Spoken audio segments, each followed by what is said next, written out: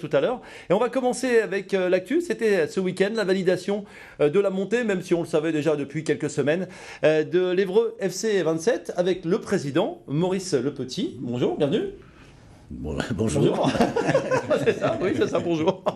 Et puis l'entraîneur Draman Dilin. Bonjour. Bonjour. Ça va ? Ça va très bien. Bon, on va commencer par présenter un peu le club avant de parler de l'exploit justement sportif. Président de l'Évreux FC 27. Un petit mot sur le club.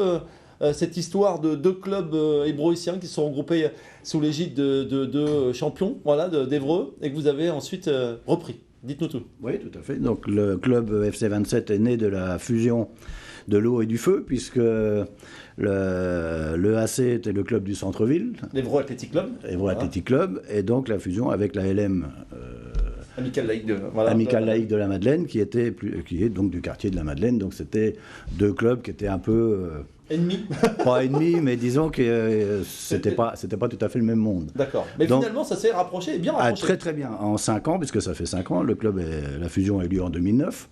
Donc avec l'avenue de Mathieu Bonnemer, qui a donc déclenché toute cette opération avec la municipalité de l'époque, dirigée par M. Champredon. Donc cette fusion a été créée par ces deux hommes-là. Ça s'est bien passé la première année. Après, il y a eu des petits soucis qui ont fait que le club a voulu aller trop vite. Et quand on va aller trop vite, Puis ils n'avaient pas non plus, c'est ce qu'ils disaient aussi à l'époque, entre Bernard Mendy et Mathieu Bonnemer, n'avaient pas forcément le temps d'être suffisamment présents. Voilà, le gros problème. Voilà, c'était un petit peu la difficulté. Ils ont initié les choses avec leur nom et leur renom. Et puis, donc derrière, vous êtes devenu président, finalement. J'étais avec eux le trésorier du club, parce que je faisais partie de l'équipe de Mathieu et de Bernard. Donc moi, j'étais le trésorier. Et donc, malheureusement, la distance de Mathieu et de Bernard faisait que ça devenait ingérable. Et puis donc, il y a eu comme dans beaucoup de clubs, il y a eu des problèmes. Il y a eu des gros problèmes financiers. Donc, je suis arrivé de trésorier.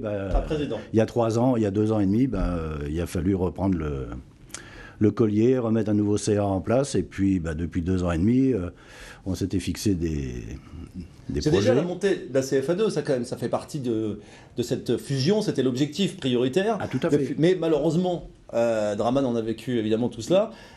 Des fois, c'est passé à pas grand chose. Il y avait des adversaires de choc. Par exemple, l'année dernière avec Gonfreville qui était à votre niveau cette année, c'est-à-dire au-dessus, un petit peu au-dessus de tout. Comment vous avez vécu cette saison ? Vous avez senti rapidement qu'il y avait quelque chose qui pouvait se faire en fin de saison ? On a déjà senti la saison dernière. C'est-à-dire quand on a repris les rênes du club, le gros doute qu'on avait, c'est que le club explose. Financièrement, c'était pas bon.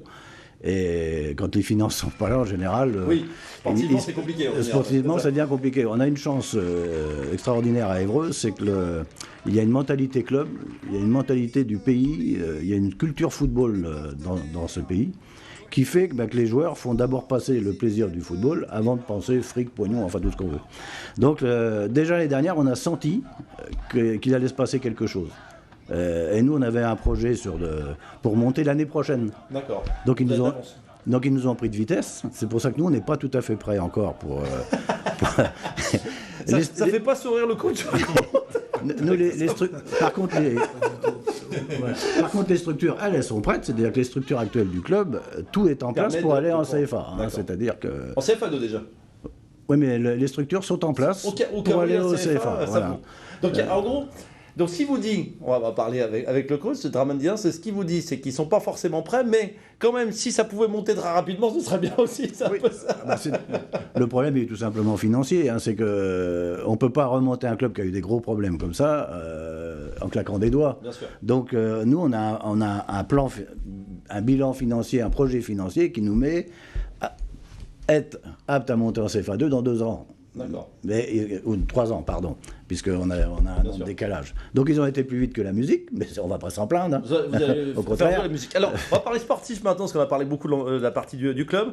Vous finissez premier, 91 points, avec 8 points d'avance sur Passy et 12 sur Rouen, 20 victoires, 5 nuls, une seule défaite. C'est un coach content, ravi de ses joueurs. Surtout, vous êtes là depuis un certain temps en plus. Oui, je suis super content, mais c'est surtout l'exigence que je leur ai demandé toute la saison. On en a parlé un petit peu avant. Ce sont des joueurs bénévoles, pères de famille, d'autres qui sont à l'école, des jeunes, des tout jeunes, des plus anciens. Il y en a qui sont qui est plus vieux que moi. Donc du coup, voilà, je leur demande énormément, beaucoup d'investissement, et du coup, quand c'est récompensé comme ça, je suis très fier d'eux, et voilà, c'est eux qui me permettent d'être là aujourd'hui et de vous rencontrer, donc très très fier de mes joueurs. Alors justement, il y a eu une vraie bataille, vraiment. Rouen était favori au départ, faut le dire sur le papier. C'était une équipe qui avait été rétrogradée, mais qui avait fait une première saison en CFA qui était plutôt intéressante. On s'est dit, il va y avoir match. Il y a eu Passy qui est arrivé, et puis finalement c'est Passy qui est passé devant Rouen. Et il y a eu vraiment un match. D'abord, votre seule défaite c'était face à Passy. C'est votre rival du département et même sur toute la division finalement. Oui, c'est un club qui est rival. C'est un derby à chaque fois de jouer contre Passy. J'ai beaucoup de respect pour l'entraîneur, Manué, qui lui aussi est reparti de zéro. J'ai aussi beaucoup de respect pour Romain Djoubri, que je connais à Rouen, et pour tous les entraîneurs du football normand, parce que cette année, le championnat était très compliqué. Il y a des équipes comme Bois-Guillaume qui ont connu la CFA, des équipes comme le FCE. Il y a beaucoup d'équipes qui ont connu le niveau supérieur, et on s'est tous retrouvés en DH cette année. Et il y a eu un combat âpre avec des hommes, avec des équipes de qualité. Et oui, on s'en est mieux tiré parce que je pense qu'on avait un petit peu plus d'envie de jouer. On était un petit peu plus dans la possession de balles, on avait un peu moins de pression que Rouen. Et donc, du coup, voilà, on a réussi à prendre les points. Votre petit chemin comme ça, tout doucement. Et si on retrace la saison, il y a eu des matchs tellement compliqués, ça s'est joué à tellement peu de choses que voilà, on finit avec des records de points.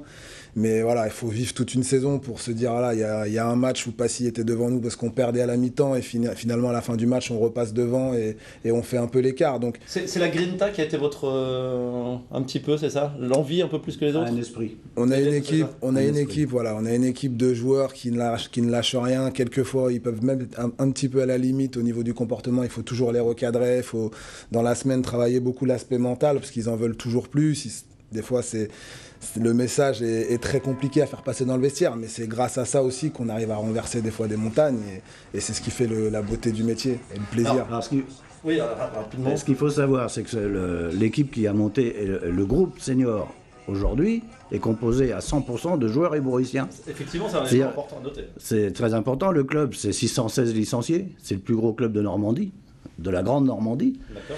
C'est 52 éducateurs, presque tous diplômés.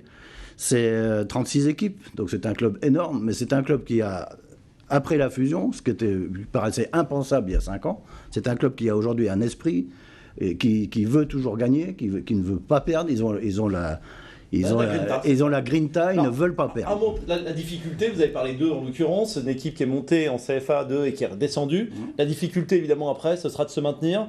Donc comment vous voyez un petit peu la saison prochaine? Il y a des joueurs qui vous appellent pour venir, il y a de la demande. J'ai un mot à dire. Ah bon, je vais te redonner la parole. On finit avec David, sinon on va jamais avoir le temps. Je sens que je vais me faire disputer après. Il faudra poser la question au président. Pour l'instant, évidemment, on va monter et on va essayer de garder tous nos joueurs. Peut-être que quelques-uns qui vont partir parce que justement, financièrement, il va y avoir des choses plus intéressantes ailleurs. Mais du coup, voilà, il va falloir monter une équipe, ça c'est mon job. Et je vais avoir besoin de quelques appuis financiers, des boulots, comme on dit. Et là, on est en train de discuter. Voilà, je demande beaucoup de choses, je le sais, mais si je les demande, c'est parce qu'on a envie de tenir la route. Évidemment, il y a pas mal de jeunes qui étaient chez nous et qui ont voyagé un peu dans toute la France. Et c'est vrai que c'est beaucoup plus facile de faire des fois revenir un joueur qui s'est exporté parce qu'il connaît la ville, il connaît l'esprit. Et ça me facilite l'intégration. Voilà, ça me facilite l'intégration. En tout cas, félicitations. Voilà, à cette équipe donc, qui finit en première en DH et qui monte en CFA2. On va parler maintenant golf. C'est parti.